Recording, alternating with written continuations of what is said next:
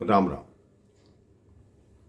कोई कोई भक्त ऐसे होते हैं जो भगवान के संग इतना पक्का नाता बना लेते हैं कि जब वो भक्त भगवान से दूर होते हैं तो भगवान की आंखों में भी अश्रु आ जाते हैं। भगवान उनके प्रेम में इतने डूब जाते हैं कि उस भक्त को एक पल के लिए भी अपने से दूर करना नहीं चाहते। ये बात आज से लगभग 500 वर्ष पुरानी है। जगन्नाथपुरी में माधवदास जी नामक एक महान संत हुए जो जगन्नाथ जी के बहुत ही परम भक्त थे। वो ऐसे भक्त थे जो जगन्नाथ जी के पास जाते तो उनका हाल चाल पूछते और ठीक हो, भगवान कहते तू पहला ऐसा भक्त है जो मेरा हाल चाल पूछता है, लोग तो अपना दुख बताने मुझे आते हैं। वो पूछते आज सुबह खिचड़ी खाई, उसमें नमक ठीक था, कोई मसाले तेज तो नहीं थे, तुझे मिर्चें तो नहीं लगी। वो दोनों आपस में मन ही मन बात करते रहते थे। एक दिन की बात, माधवदास जी बोले, हे प्रभु जगन्नाथ, मेरा मन करता है एक बार आपने जहां बाल लीलाएं की मैं उस वृंदावन के दर्शन कराऊं।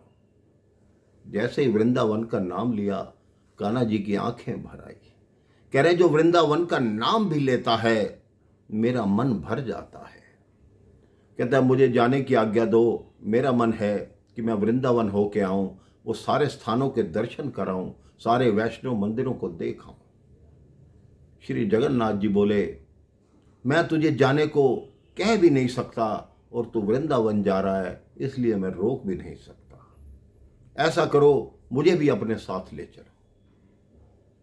उन्होंने कहा मैं कहां से आपको अपने साथ ले चलूं, आप इतने बड़े हो और मैं अगर ले जाऊंगा तो यहां के पंडित मेरे पे चोरी का इल्जाम लगाएंगे कि माधवदास जगन्नाथ जी को चुरा के ले गया। मैं तुम्हें साथ नहीं ले जा सकता।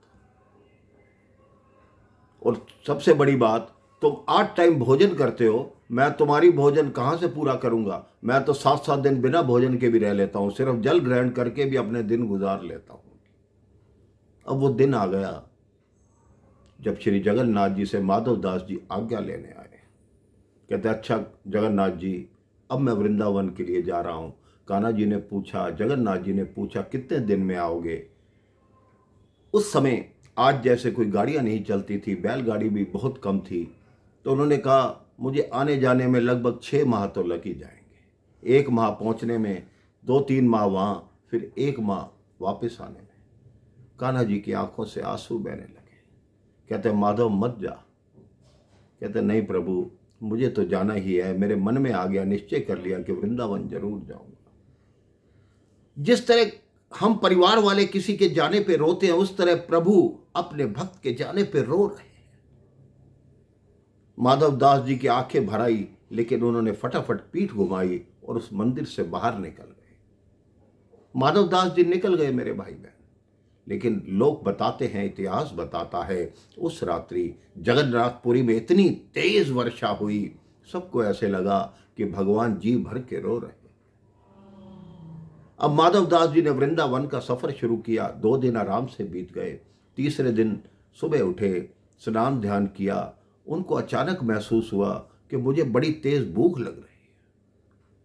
उन्होंने कहा मेरे साथ तो ये होता ही नहीं, मैं तो खाली जल ग्रहण करता हूं तो मेरा पेट भर जाता है, आज तो ऐसे लग रहा है कुछ भी मिल जाए बस खा लो।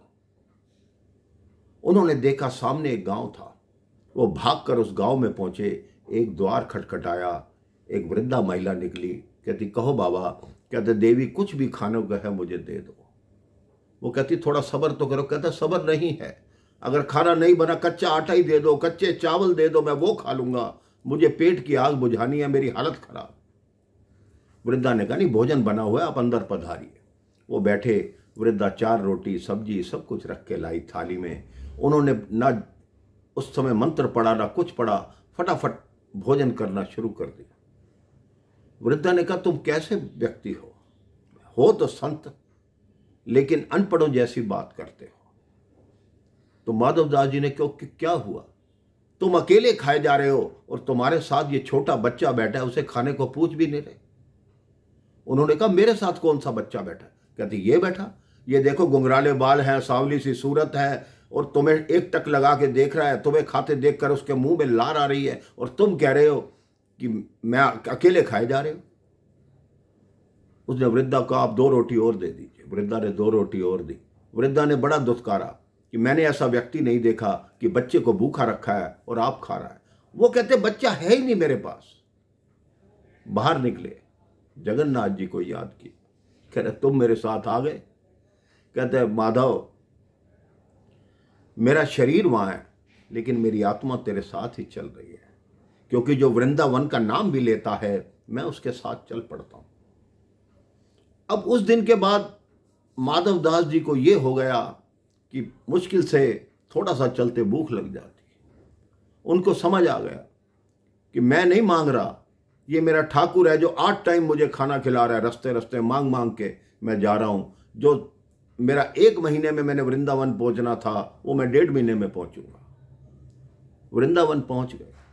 अब वृंदावन पहुंचे, मां जमुना में स्नान किया। उसके पश्चात उन्होंने देखा उनके पास थोड़े से सूखे चने थे। नहाते ही भूख लग गई, फटाफट वो चने खा लिए और कहते हैं अब जाकर मैं बांके बिहारी जी के दर्शन करूं।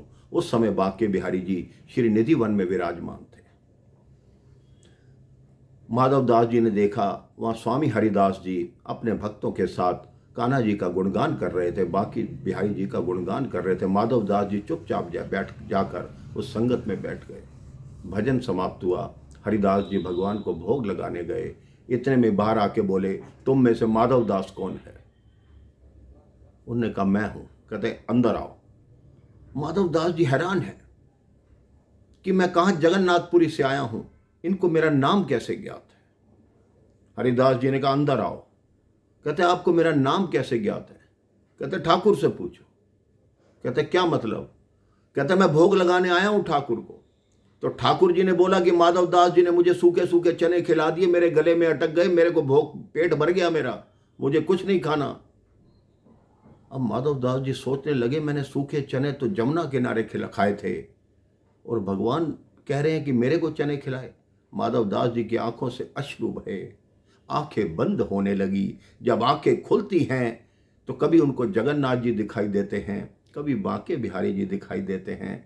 उन्होंने कहा हे प्रभु, आप शुरू से मेरे साथ चले, मैं हमेशा भेद समझता रहा कि जगन्नाथ जी हैं या बांके बिहारी हैं, लेकिन वास्तव में आप दोनों एक हैं। हरिदास जी की आंखों में भी अश्रु हैं कि हे प्रभु तुम धन्य हो, भक्त के साथ जगन्नाथपुरी से यहाँ तक चल के आए तो आप धन्य हो। दोनों भक्त भगवान के सामने नतमस्तक हैं। उन दोनों की आंखों में अश्रु देखकर भगवान की आंखों में भी अश्रु हैं। तो कई कई ऐसे भक्त होते हैं मेरे भाई बहन, जिनके लिए भगवान भी उदास हो जाते हैं। आप भी अपने जीवन में भक्ति को अपनाइए, देखिए प्रभु आपकी हर मनोकामना पूर्ण करेंगे। राम राम, जय श्री राम।